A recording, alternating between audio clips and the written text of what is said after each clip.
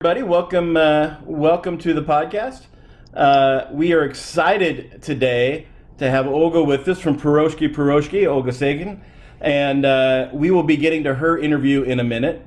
This is just our third podcast, and we are learning. So please be patient as we work out the bugs and try to bring you great content each month, and get better each month. So with that, I want to go through what's kind of become our routine. Let's see if I can get my screen to move. I want to do a little bit on the state of the industry in the past month, what we're seeing, what's going on, our view of the virus as it stands today, and a little bit of the crystal ball with a little bit of an update, and then get into a great conversation with Olga Sagan and what we're all facing and redoing our business models, and trying to be entrepreneurs in tough times. So with that, let's get to the state of the industry.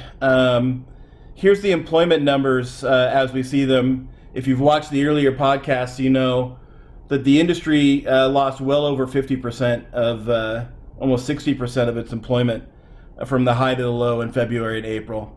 And it's been brutal times. If you look at July, we're still down about 114,000 jobs. So while things have gotten better, there is no doubt that we are still down. And any other time, we'd be talking about this is as low as it goes. And here we are considering this a recovery from where we were in April. To give a little bit of perspective to these numbers, at the low during the Great Recession, our industry lost 15,000 jobs. So it just gives you a sense of what all of you are feeling is not just you. This is our industry, it's across the board, and it's things that we're all struggling with. One thing that has been interesting this month is the recovery is really starting to become regional. We're seeing some areas improve, and we're hearing more and more reports of operators for that August is back on track, and we're hearing other people who should be having their best month of the year. August should be prime time with tourists packing our cities and packing the hotels, and they're still down quite a bit. I think a good example of that is talking about Bellingham and Bremerton, which they're down 25%, and Seattle and Skagit are down 40%. And we're starting to see more differences in regional recovery than we did in the first parts of the month. Moving on from the state of the industry a little bit, I want to talk about the virus. And again, I want to try to be a positive person here, and I think this number gives us reason to be positive. We are seeing the virus come down, and that's really good news. From the high when we did our podcast last month of near 150 cases per 100,000 in the last 14 days, we've dropped under 100 to about 84, 85. And so if we can have that same drop in September, if we can keep wearing masks, if we can keep being good, that would put us right around 25 to start October. And that would get us back to having some of the options we like, and give us a really good chance to negotiate with the governor's office and the health departments to undo some of the restrictions that are on us that really make our business very tough. So my plea to everyone as we go is let's strive for 25. Wear your masks. We are doing a big mask campaign. Today, September 2nd, you might have seen my editorial in the Seattle Times asking people to wear their masks and to save jobs and save restaurants. This frame is available to you on Facebook. I'd encourage everyone to get their staff to wear a mask, grab this frame, remind people how important it is to wear masks, and our economy and thousands of small businesses depend on it. So one way you can help the association is promote this within your own business. In fact, there's even a cool one if you look on the downloadable resources on our webpage where you can make a poster and maybe get your staff all wearing masks and put your staff in a poster and put that in your front window and remind your guests that this is for them. So again, I think that's positive. I didn't know at the beginning of August that in the beginning of September I'd be able to say that 25 is possible. But we are making progress, and that's exciting. A little bit on the crystal ball. if I can get my screen to move, I'm just going to keep reminding one that don't get distracted by the political wars and the this and the that and the extreme sides. Our enemy is the virus, and that's where we need to stay focused. We need to keep wearing masks. We need to encourage our counterparts to do so. And again, we're making progress on our fight. One of the things I do want to remind people of is in tough times, you also have to recognize reality. And phase 3 before the rollback is probably the best we're going to be able to alter the reality for until spring. So if your business model is not going to work like that, then I would encourage you to start now working on changes to your business model. A question I get every day from the press, and in fact, I've got a couple of media interviews right after this call, I'm sure I'll get asked again, is, well, how many restaurants are going to go out of business? Again, I'm going to say I don't know. The world keeps shifting fast. Is there going to be another round of COVID relief or another triple P or restaurants recovery in last week of Congress? I don't know. Is the coming back to school going to keep the virus down, or is it going to spike on us? So there's so many things that we don't know. But what I did come to realize is I can tell you what I'm budgeting for. And I'm budgeting for a 35% permanent loss of full service restaurants. That's our best guess, but it's nothing I would testify in court on, and I really, really want to be wrong. But I figure if I'm using this for my own business model, I might as well be transparent and tell people what I'm doing.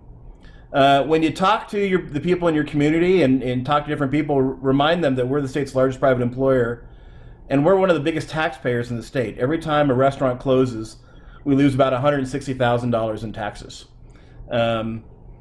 And equally down in our industry is the lodging side of our industry. Full service and lodging have been impacted about equally negatively. And the scary thing on the travel side is this going to be down for a minimum of additional 2 years. I'm hearing some in the airline industry push that out to 3 or 4. I want to be a little more hopeful, but I think if I'm putting together a plan, I think 2 is a minimum to do so. So before I move on to our guest, Lex, are there any questions that have come in from email, text, or otherwise that people have questions on the state of the industry? Not at this time, no. Okay. So with that, I want to introduce our guest, and we are very, very excited. In fact, I was telling Olga right before we came on, we're hopeful to have a really big guest on next month from a political nature, and my staff was far more excited about Olga Sagan coming on our call today than they were about one of the state's top political officials maybe coming on next month. And I think that's because she's such an inspiration. If you haven't met Olga Sagan, she's a sole owner of the nationally renowned Piroshky. She's been in Pike Place Market since 1992. She was an immigrant from Russia and arrived in America when she was 16. And since that time, she's overcome barrier after barrier, become one of the great women leaders in our community and in our industry. And when the times got tough, she's had to do a lot of different things. She's been recognized as a small business hero by the Puget Sound Business Journal, and was chosen by the SBA as the Small Business Owner of the Year. You can tell why my team was so excited that she got to join us today, or that we get to have her join us today. Olga, welcome. Thank you so much for having me. I really appreciate it. Before we continue, we'll tell you if there's a bad internet connection, if I freeze, I will be back. So just hang in there. And I also want to thank you, Anthony, for all this work that you're doing to keep us going. I don't think people realize how much work Washington Hospitality Association is putting into this legislation. And before, if people tell me, if you're not talking to your legislator, you're not a good business person, or you have to be you have to be aware of what's going on politically. And this is like never before showcasing how each one of us need to be aware of what's going on politically, need to speak up, need to say what we need. And Anthony, thank you for being our advocate. Thank you for changing things. I know when things go really bad, I know you're the one on the front line trying to pick it up for us and make the changes for us. So I really, truly appreciate all your work. Thank Well, you. you're making me blush, Olga. I really appreciate that. Thank you very much. Yeah, Uh, absolutely. Olga, in my state of the industry, well, let's start with, if people have met you before, did I get anything wrong in introducing you? What's give us a little talk about how you came into the industry and your journey to date. Oh my, yeah, I think you got, yeah, I think you got the overall picture really, really well. I, started as a cashier, as just a frontline cashier, doing dishes, cleaning floors, as a lot of us in the food industry did in Piroshkis about 20 years ago. And then through, hard work, through, it's a family business, through pushing together and getting things done, and going from pen and paper to computer to POS system that is not just that old cash register, is kind of, that was our journey. And our journey was a little bit tougher because we weren't just a small business, bakery. We had a new food group. So I don't know if any one of you tried to introduce a new food group into the society. It is not easy. So I am very proud to say that now in Seattle, probably 95% of people know what piroshkis are. Yay. And I think piroshkis need to take a big credit for it, because we have worked very hard to really educate, to provide customer service, to really not just have customers, but have fans, and really cherish every single customer that comes through our door. Well, and you were really building a business. You were getting national credibility, a lot of awards, and coming into 2020, you had to be you're ready to take that next big leap. Here we are. Um, That's the way to put it. That's well, the way to put it. what are you gonna say? Yeah. Talk to me about when you realized that your existing model had to change and what that realization Oh. was. Oh my God. So I will say, so I'm one of the blessed ones and lucky ones, because I'm international. So I'm a global human being. I'm Russian. English is my second language. So I have just a little bit more of a global approach to things. And on top of it, my partner lives in Hong Kong. So when everything kind of went down in China, I was firsthand seeing what's going on with my partner and what's going on around in Hong Kong. And I'm like, oh, we're in Pike Place Market, and we're gonna, we have flights, we have great connection to Asia, we have a lot of Asian tourists, we are one of the top cities to visit. And I had just a little bit of a feeling, just January, it's coming, and I'm like, it's coming, it's gonna be rough. And then I did not realize how rough it's gonna be. So we were at, by the end of December, we were at 5 locations, a food truck, and we were in the middle of signing 2 more leases. So we were going to go to 7 locations by mid of this year. We were going to send 10 bakers to Russia for an internship for about a week and a half, to really teach them and get the culture going, because all are the most talented bakers you have ever seen, but they're still, come from this country. They don't have, and I wanted them introduced to culture. So we were speaking to Delta about maybe sponsoring us to go in October to really do a tour of Russian cities, tour of bakers. It was all already written out an itinerary. So great plans, incredible plans for a year. And then, March 4th, that's, I think, where it's all just come down, and it went fast. I mean, Pike Place Market was the first one to hit out of anything. And then it just went crashing. The other downtown businesses and an effect on the industry just start rolling. So I think one of the inspirational things on your story is you saw this and you knew the status quo wasn't going to work, and you started making changes to your business, and honestly to some of the industry and some of the platforms. So when you started seeing that change, talk to us about some of those changes that you've made. Absolutely. So I think the biggest change I have made is I realized when everything went down, I'm not going to say DoorDash. I'm going to say third-party platforms. Third-party platforms were still working. And, they were still producing sales, like for a lot of us. Third-party platforms are working. But the thing is, what we don't realize, third-party platforms should be on our expense, advertising expense, profit and loss side of paperwork, not income. Because by the end of the day, those platforms do not produce income for the restaurant because of how small our margins are. And the smaller of a restaurant you are, the higher rate you're going to pay. You don't have negotiation power, you don't have anything else. So it's a really not a good deal for a restaurant. And when we live in a normal kind of life, we're used to it. It's a side effect. It's not your main business. It's there, it's helping. But when COVID hit, for some restaurants, this became the only source. And when you realize your only source of business is actually an expense item, the math is just not working. So for me, I had a functioning website, very old. My website is about 12 years old, very old, robust on the back end. We use it for our internal orders and things like that, but very bad on the user experience. Nevertheless, it was working. We had an option where you can pre-order and pick up at the store. We had an option where you can ship. So I realized that I need people to start using my website and produce orders on my website directly. So the only cost is actually, at the end of the day, is your transaction fee, which is, depends who you're with, is pretty low compared to any third-party delivery fees.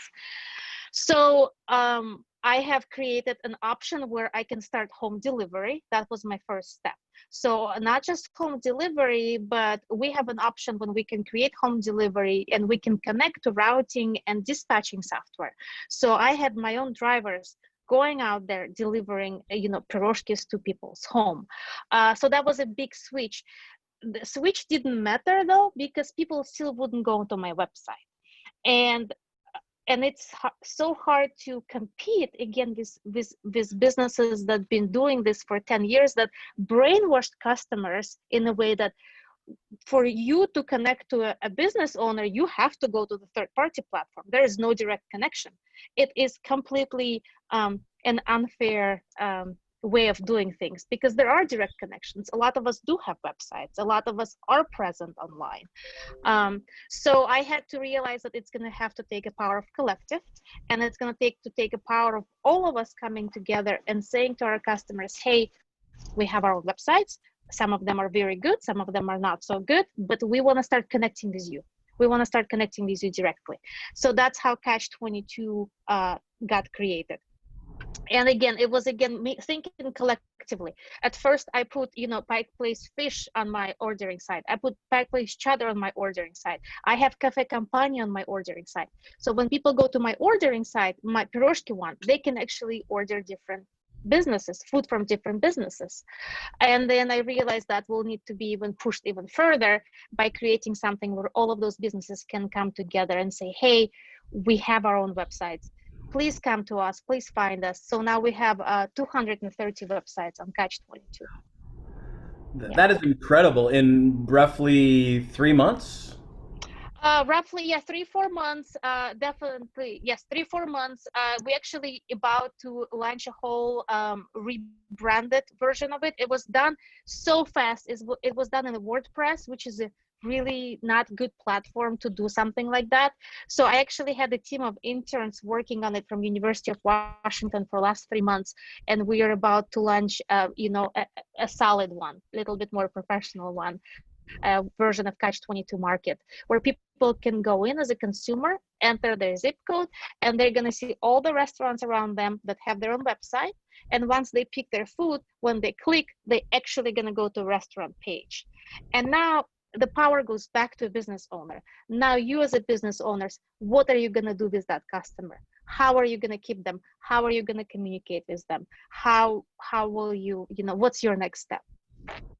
That's fantastic. So what was the impact on Piroshky itself once Catch 22 took hold and started going? Would you please repeat that? I think you froze for a second. Oh, sorry about that. What was the impact of on Piroshky once Catch 22 started catching ground, started building up? People start visiting my website. My website clicks went up. If I would have 900 clicks, maybe 900 clicks a month, and you have to remember we're in the most touristy place in Washington State, and with all of that, I would still have about 900 clicks a month. Now we go into thousands, right? Now we go into 1,000 clicks a month. People coming in, people researching, people trying to see.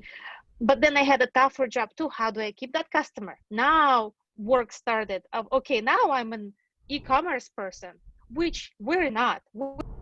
Olga, stay So with. whole next level of problems. Sorry, you broke up for a second there. You said we're not an online company. Or you said something, we're not an online company, and we glitched there. Can you repeat that a little bit? Absolutely, absolutely. So we from brick and mortar bakery, we're now becoming an e-commerce store, which is a completely different business. Absolutely different business. It's not a restaurant industry. This is a shipping, distribution, online store, and that's what I've been learning and trying to, gather my knowledge in the last few months. That's awesome. So it's just incredible that you've been able to do this. And when we think about it, we had a question come in as a small business going through this last 3 or 4 months. What are lessons they can take away in their community about the delivery business and starting something like Catch 22 or trying to take their business back? So I'm just gonna do a full disclosure. I'm not gonna say that I'm like extremely succeeding at it. We're still making mistakes every single day. I'm still learning every single day. We're still not there, and it will take time. So far what I learned is, especially for other restaurants, is your food, you have to change your menu. Don't deliver everything that is on the menu. Some things just don't want to be delivered. You don't want to offer that to your customer. You also want to change menu that you can offer bigger meal packages. So customer can think of you as a meal for a couple of days, something they can put in the fridge and warm up. They want to connect with you. Your customers love you. They don't love third-party platforms. They don't like the drivers that deliver it. They don't like the customer service that's being provided. Your customers like your business. They are your fan. So if you can take that customer service all the way to their door, you won. How do you do that? That's what I'm learning right now. That's what I'm trying to figure out. I still make mistakes. And I'll tell you, it's very expensive mistakes to make on the delivery side. If delivery doesn't go well, to re-deliver, to redo it, it's not just you make another meal. It's an hour of a driving time, it's a packaging time. So it's really, the mistakes are very different, the mistakes are very expensive, the experience is very different. But I will tell you, your customers and your fans are there to support you, and if you be transparent with them, hey, I'm learning, I want to come to you, I want to bring you my product, please be patient with me, communicate with me. Now you have direct line of communication. I have not, in my last 5-7 years, I have not talked to so many customers online, on the phone, my cell phone. I texted, I'm like, we're coming, we're on our way, all this kind of stuff. It's really, really, it really is a different experience. How's you talk a little bit about this, and I feel like I've seen it in ways I never thought I'd see in other parts of the state, is the way our customers have rallied around us. When you've talked to these customers, and you do have a really great brand in the Seattle area, and I think people really love you and your product. What was it like to get that kind of love back when you're struggling and you're trying to take care of them and the support? Okay, you're gonna have me tear up. I think that's what had. I mean, I know all of us had the worst 6 months of our careers. I'm sure of it. As far as careers go and what happened to our business, and doesn't matter how long you've been in the business, 20 years, 30 years, 5 years, we had the worst 6 months of our careers. And listening to people being supportive of you is what kept me going.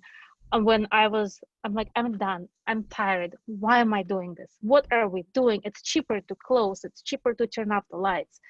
And the customer saying, stay open, we love you, we need you, we want to support you. It's what keeps you really going. And it's been absolutely incredible. And I again say thank you to your customers. Your customers are the one who love you. Your customers are the one who are there for you.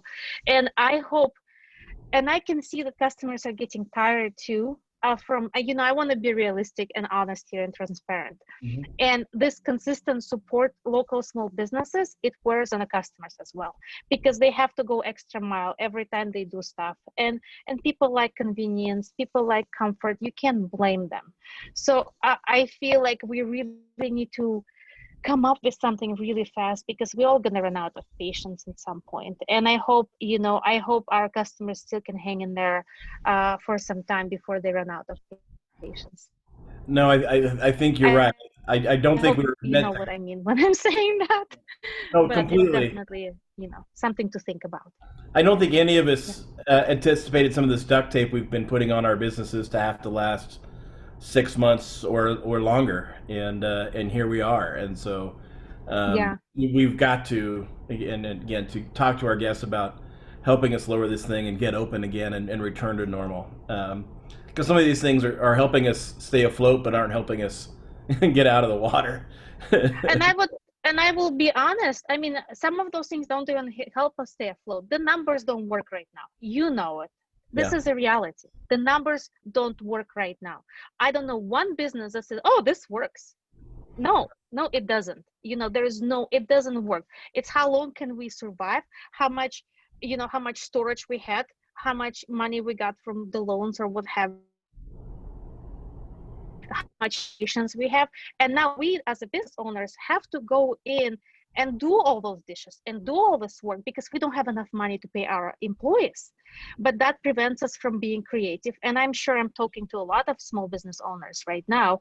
I have done everything and all of it in the last 6 months that I maybe haven't done in a few years. And and the current numbers don't work, and it will not work, and things need to change as soon as possible, because hospitality industry is not ready for this. We had a couple other questions come in from some of the listeners and members. What was the process of getting insurance for your delivery drivers? Was that expensive?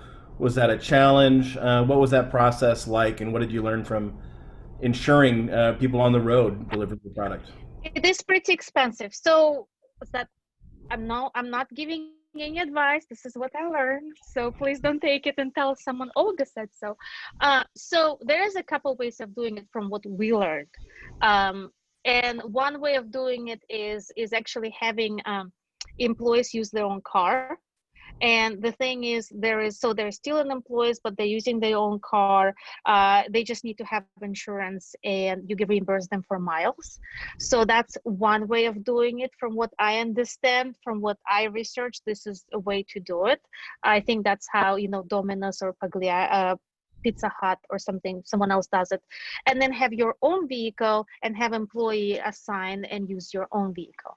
So a couple different ways. For us, we were lucky enough that I actually we have a fleet of four vehicles.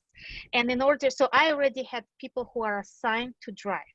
When you assign people to drive, they're drivers. It's drug testing, it's special insurance, it is a driver, it's a commercial driver. So we had some set up already, so it was easier for me to transition into having deliveries. But when you're just starting from scratch, you're probably not able to buy a vehicle. You probably want to use maybe employees' vehicles, maybe reimburse them. And it doesn't have to be vehicles. It can be bikes.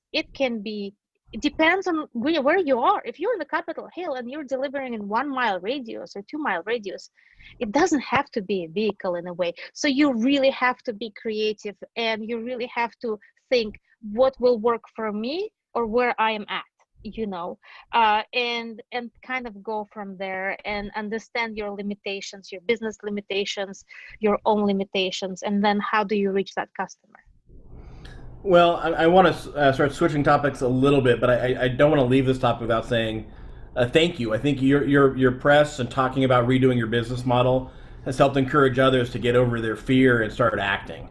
And I think that's one of the reasons you've inspired a lot of people over the last 6 months. Is we all saw it coming, we all saw the harm in coming, and yet fear and the comfort of doing what you normally do can paralyze good decisions. And you did make change. I'd like to switch a little bit into leadership, and talk about a couple things. One, your story, my family's story, somewhat align in that my grandparents came over as teenagers from Greece, with very little. And of course, one of them was going to open a restaurant because Greeks open restaurants when they get to this country. It's what we do, and we had to introduce euros, to the platform. And probably similar challenge in the '80s as Piroshkys are now. But the challenge of coming to this country and starting a business as an immigrant, as someone who is really taking on the American dream. And I still talk to people every day who come to people from different parts of the world or come from backgrounds which are challenging and are forming their own business here. What are the 2 or 3 things you'd say to a person who was in your shoes, I don't know, let's say 10, 15 years ago, about pursuing this dream? What would you encourage them to think about? Oh, that's a tough one. Especially, with all this thing. You know what? Believe in yourself. Believe in yourself to a limit. Give it 3 years. So I feel like you have to give yourself a 3 years, and any any new restaurant, any new adventure, any new business, make sure you can give it 3 years, good 3 years, your full time, your full attention, your education, your desire, your passion, no one to walk away as well. So if it doesn't work, walk away. That's the reality of unfortunately the things. But I do know that in this country, if you work hard enough, if you really want to pursue something, this country allows you to do it. It's challenging. It's very hard to grow from 3 to 17 employees. I think 17 was the hardest number for me. It's very hard to grow from not even 1 to 2 locations, but 2 to 3 locations was the biggest challenge for me than 1 to 2. 1 to 2, you kind of like, okay, 1, 2, 1, 2. 1 to 3 is like, oh, where am I going? So surround yourself by people who believe in you, who inspire you, who are realistic. Surround yourself by peers. I have found as a challenge, being an immigrant, not being American, is finding connections in the industry. And thankfully now I have people by my side like Taylor Hong, like Jasmine from Dix, a lot of experienced people. But it takes a long time. So I now, if somebody comes to me and say, I'm the beginner, I'm starting, I want to try to give them as much as my attention as I can and as much as my help as I can, because we as a small business owners really missing that. We're really missing that peer support of how to do things right. And because there are people who've been there, who have done that, maybe not done that, they went through mistakes, and you really wanna those people, surrounded yourself by that community. That's really, really great advice. And in fact, I'm going to come back and listen to this and take note, because I talk to a lot of people who are getting into the industry and are still pursuing their dream, even in today's challenges. You talked a little bit about some of your mentors, and those are 2 great ones, and Jasmine and Taylor. And I'm really struck by the women leadership in Washington restaurants and Washington hospitality. We're now over at 51%. Restaurants are owned or co-owned by women, and that's growing. We have a lot of women in our Pro Start program around the state.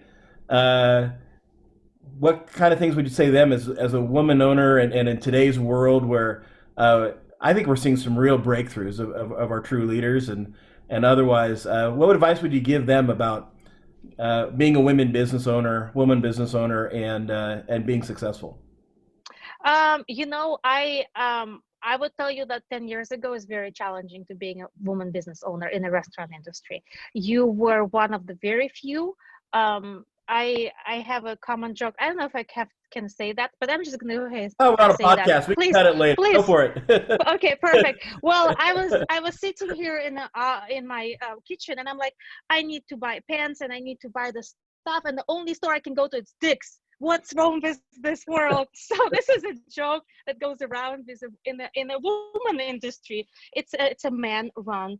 Historically, it's suppliers, vendors. Everything is a very male run society. But as things were changing, as the mentality was changing, and there are some incredible men out there to want to help you, to want to kind of share with you and make room for you and make space for you and make you feel important, make you feel like you are the one, you know stuff. And I think for us as a female, it goes back. We're always like, oh, are we sure? Are we maybe not? But there's a lot of encouraging people out there that, even though still to this day, if I'm in a meeting and we're talking about Piroshky, sometimes I'll be the last one to be paid attention. They didn't even realize I'm the owner. Still happens. Especially if they're male present. I have a very good management crew that a lot of male and female, and there is still a little bit of a stigma, and that's the truth. But it has changed dramatically since 10 years ago. And I feel, again, this 5 years ago, no one knows Jasmine or Taylor or, a whole bunch of other female leaders. Now you hear their name, you know them, they're there. And I think that's very, very important, even though we're still super grateful to Bob Donegan, Tom Douglas, and many, many other men who kind of passed away for just the restaurant industry, and now we're coming and working on their hard work.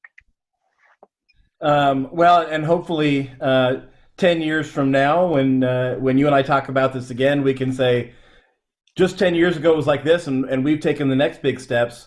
What would you hope as industry leaders would be the next couple of steps we would take for paving the way for women ownership, and honestly to get to a point to say, who cares? A great owner is a great owner, a great chef's a great chef, and remember when it used to matter. What would be the next couple of steps you would think you'd encourage us to take? That's a tough question. Oh, sorry about that. No, I don't think I ever have. Everything else, I'm like, I kind of been asked before. I can wing that. This one, I'm like, I think there's a lot to unpack. I think it comes from within us. I always want to take responsibility and accountability. As a small business owner, as a woman business owner, I need to work hard as a woman business owner. I should not be afraid. I should go for it. I should try it. I should speak up. So responsibility, be brave, and there will be room for us, and we will move forward. So I think it really comes back to each one of us, making a statement saying, this is what we have to offer. This is what we can do. And then the world will open up. Well, for winging that one, you did a great job. In fact, I'm going to go back and answer that. So, very good job. Have you found, and this is a question that came in from one of the listeners, have you found balance to be a challenge in today's world of balancing being the owner and having some semblance of a life on the other side? Yeah, no semblance of a life. Yeah, not now. No, not it. I'm not kidding. I did take 7 days off in last 6 months, and those 7 days off were half filled with meetings. If you want to survive now, unfortunately, if you have a restaurant or any establishment that you want to keep through this crisis, I don't think you have days off. There is no, and my family has been absolutely grateful. It's been a huge challenge. I have 2 teenage daughters.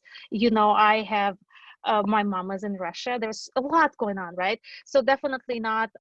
There is no balance right now. So it takes a lot. And when you're in it 6 months in it, I'm already feeling it, and I'm the most passionate, most hardworking, as all of us are.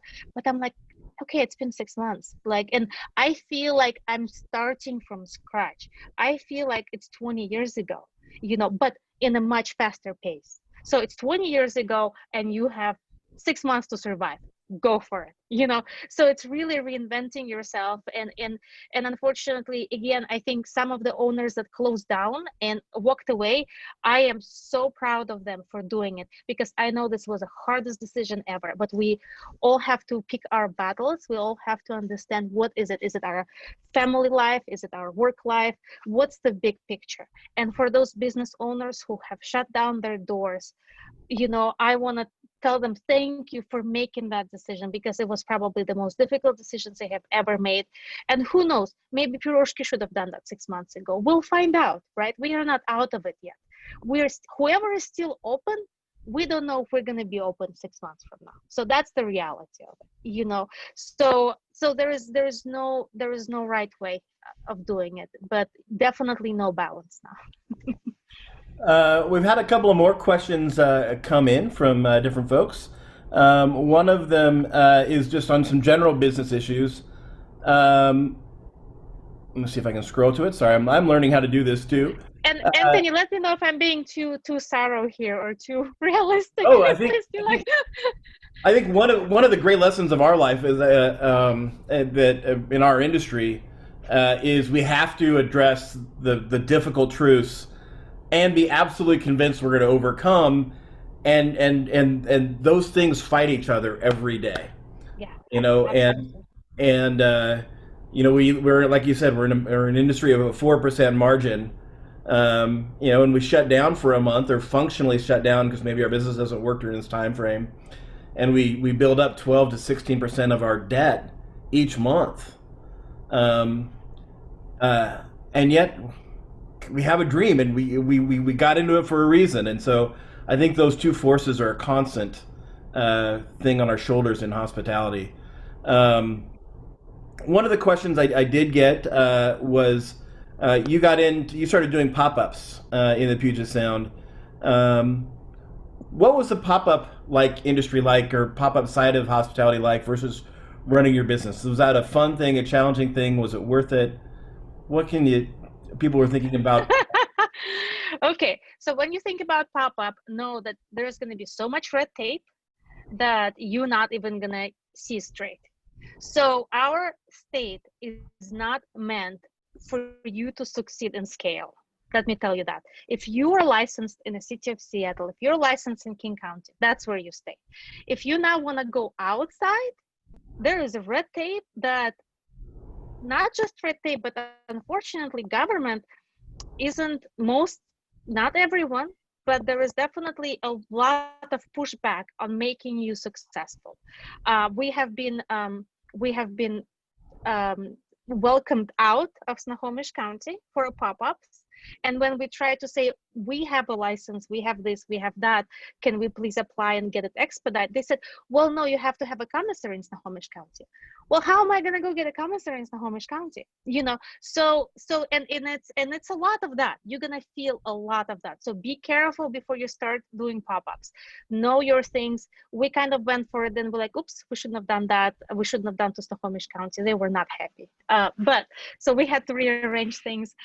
So do your research, and unfortunately, there's a lot of red tape that maybe Washington Hospitality Association can help us with, but it is definitely not a welcomed environment right now doing pop-ups. There also are a lot of government agencies that do want to support you and do say, okay, please do this, this, and this, and we'll allow you to do it because they know how hard you try. So pop-ups are difficult. Again, it's a different business model. You have to redo your math. The math that you used to in your restaurant doesn't work. So when you start doing pop-ups, completely different math, completely different approach, completely different people that are going to be working that, completely different menu possibly. So there is a lot to think about when you start that. August, we just started it here and there. We still have trouble. Now we're really ramping it up, and we can probably do 1 to 2 pop-ups a day right now with our ramp app. But it takes a lot of education, a lot of reading, a lot of connections. I have met incredible business owners through this process and collaborating with them. But again, when you collaborate with them, you have to think about King County, Seattle, City of Seattle, Washington State, Agriculture, seed permit. I mean, I don't even know. There's a check mark of how many permits do you need to think about. And some counties are not issuing you permits. So if you haven't had a mobile unit permit before, which luckily we had because we had a food truck, you most likely ain't getting it now because they're not going to be giving it to you. Also, if you say a pop-up is an event, well, events are forbidden. So you can't really do event. So either call your pop-up something else, but it's not even an event. So I had to go in and fight that. I said, no, this is just a food truck feeding people. It's not an event. So there is a lot of forces at play right now, and it does feel at times that there is a lot of forces that do not want you to succeed as a small business, unfortunately. Okay. Well, and pop-ups are such a different segment of our business and developing it. And again, you just keep trying all the different stuff, which I love about you and being an Appreciate it. entrepreneur. Yes, we did, and I'll tell you a little bit. May I add something? Please. So we did the Russian Community Center pop-up, which is, was really fun. We never were close to Russian Community Center, but we're coming together. So the pop-up on site was pretty successful by week 3. So you still have to do it consistently in the same spot to get people to know you're there. But what also works for us, we in Piroshkys, and I am willing to share this information and talk to other people, created a pop-up pre-ordering system. So people can pre-order their meals, pre-order their food, and that will kind of guarantee your sales before you even go there. So that's been really helping, especially if it's rainy day. We have probably, maybe a few $100s of sales already pre-ordered before we even go to pop-up. So that's, again, my IT department have created it. Another, so we have created delivery system, pop-up system, pre-orders, food truck pre-orders, and all kinds of stuff. Sure. Sounds like you've got a really good team there. I do. Another question that had come in is, during COVID, how's the supply chain been? Have you run into shortages? And if so, how have you managed that? Absolutely. So luckily enough, from 20 years ago, all our Piroshky life, we started by people giving us money. So if we would start now, we would call it crowdfunding. But 28 years ago, it was just people giving us $100 to start, $200 to start, all over the place. And in about first 8 years in Pike Place Market looks right now a little bit worse than it looked 25 years ago. But 25 years ago, Pike Place Market was empty. There was no tourists. It was very vendors supporting vendors. There's very limited tourists in summer. So back then it taught us that we need to support local businesses as much as possible because it's all about giving back, and it is more expensive. But if you wanted to be in a long term, this is what kind of saved us now, because our suppliers are Double Orange Beef, Tillamook Cheese, Yulee Sausage, Field Roast. So a lot of our suppliers are right here. So we did not have, maybe we had a couple issues, but very minor, not something that I even knew about because it was probably managed really easily. So shop local. It's hard, it's expensive. It is definitely a choice. And if you can make that choice, then when you go forward, it will pay off, and it did pay off during this crisis here. I love that message so much because I grew up with it. And we had a restaurant in the Puyallup area, and when my dad had cater jobs or we would do catering, no matter what, we supported those businesses. So there was a little licensing company, for my license tabs. I moved to Olympia. I still had to drive all the way to Puyallup to get my license tabs from the people who would did catering with my family, because that's what we did, and that's what makes us a community. And so I hope we don't lose that in the next generations with buy from your neighbor, support your neighbor. We're in this together. I loved your message on that. I think just a couple more questions, and one I'll ask you, if you have a question of me, if you could say, Anthony, we can't live like this forever. Here's the one thing I'd like the association and the industry to focus on. Where would you point my ship of where I could really help most of you and your neighbors in the industry out through this? I think work with health departments, some sort for especially when as we're trying to do pop-ups, as we're trying to, so if you're downtown Seattle, your business is screwed. That's the nice way of putting it. My Columbia Tower sales are 90% down. My Third and Pike sales are 80%, 85% down. Pike Place Market in summer, in the height of summer, we were able to go 70% down from last year. That's how bad the downtown is. So how do you, first of all, city of Seattle, wake up, wake up. This is not, we are dying. Businesses are dying by dozens every single day, and we're not coming back easy. This is not going to be an easy route back. So I know suburbs and other cities doing just a little bit better. It's not, was as not heavily dependent on downtown. We wake up and understand how bad this is, and how every single time something comes in, and how current laws and regulations, $15 minimum wage, this, that, the others, secure scheduling, all these things that they have piled up on us over the years is killing us right now. So not just wake up and see what's happening, also learn your lessons going forward. Do not make fast government decisions. Do not make fast legislation. Do not put more hardship on hardworking hospitality industry that again suffering. Every single law that went into effect in the last 10 years is now making us close our doors. And then, and I hear some government like, well, we're emailing our, people, and they're not answering our emails. We're trying to find the ways to help them. I'm like, why would I open email from City of Seattle if last time I opened it, my taxes went up? There is no good news ever coming in from emails from any government agency. So I think local governments are not helping us. Federal government provided PPP loans and something else. Local governments are not helping us. They need to stand up. They need to find solutions. They need to find ways how to support small businesses, restaurants, hospitality industry, any small businesses. So that's my message. I don't know how you can do it. Okay. Well, we will go out and try to make that happen. So we appreciate it very much.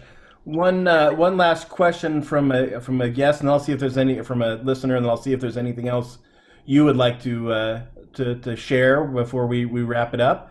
Have you ever got into collaborations or attempted to do collaborations, or were interested in those? Oh, we had most incredible last two collaborations. We have the most incredible one. So we have two new Piroshkis, and I don't want to use this platform as advertisement, but I hope you guys can think through this. So we have two new Piroshkis. One is inspired by Cafe Campania chef Gordon from Pike Place Market. So as we came together, his recipe, his inspiration is supporting his business, and now we have a Cafe Campania Piroshki. The other one is Off the Rest food truck, which has incredible food, and so now we have Off the Rest Piroshkis, this wild rice and bison. So we're coming in with other local businesses and saying, okay, people know you, people know us. How can we talk to people and say, hey, this is two businesses coming together and creating something new? So Off the Rest Piroshki is incredible. Cafe Campania Piroshki is incredible. We're talking now with Garmondo. I cannot wait. She's a great another great female leader. This is not the time to compete. This is not the time to compete. This is time to come together. When I do deliveries, sometimes I have, again, Cafe Campania meal. I have a fish from Pike Place Market. I have chowder in my truck, because this is a time for us to come together and really step up.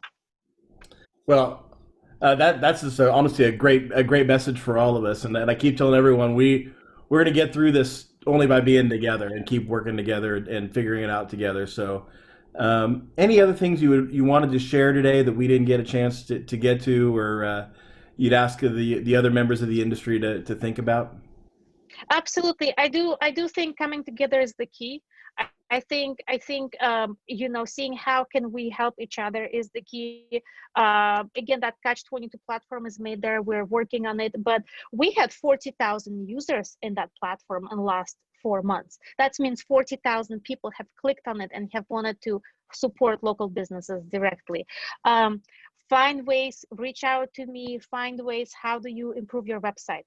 How do you improve your marketing? How do you connect with your people? I mean, you have to learn now everything from scratch and realize that, digital now is your second storefront. So you have your regular storefront, and regular is easy. People can smell it, people can feel it, people can see my bakers. There's so much fun. Now, how do we put it online? How do we make it digitally? So we really have to digitalize ourselves as much as we can and educate ourselves to survive. Olga, thank you so much for being on with us today. I really enjoyed getting to talk with you. And again, I can see why my staff was so excited to have you on and how you've inspired them during tough times. So good luck. I know this is a challenge. I know you're still finding your way through it. And thank you so much for your leadership. Thank you so much. Thank you so much for everything that you do. I really appreciate it. And let's all stay healthy. Thank you. Absolutely. I'm just going to remind everyone as we wrap up, the association is going to be, let's see if I can get my screen to work. Maybe I can, maybe I can't. There it is. Let's drive for 25. If we can make as big as a jump as we did in August and September, we can be facing October when the wind and the rains come and we start losing our outdoor seating. We can make our case to get our indoor seating back. So please encourage mask wearing. Please encourage great mentorship among your fellow operators. And we are making a difference. I think sometimes I talk to people and I'm like, well, what difference is wearing a mask? Cases are still out there. They are coming down, and help empower the association to be able to turn back some of these regulations come October so we can open more profitably. Olga, thanks again. Thanks for everyone who's out there, and we will talk to you again next month. Everyone be safe and good luck.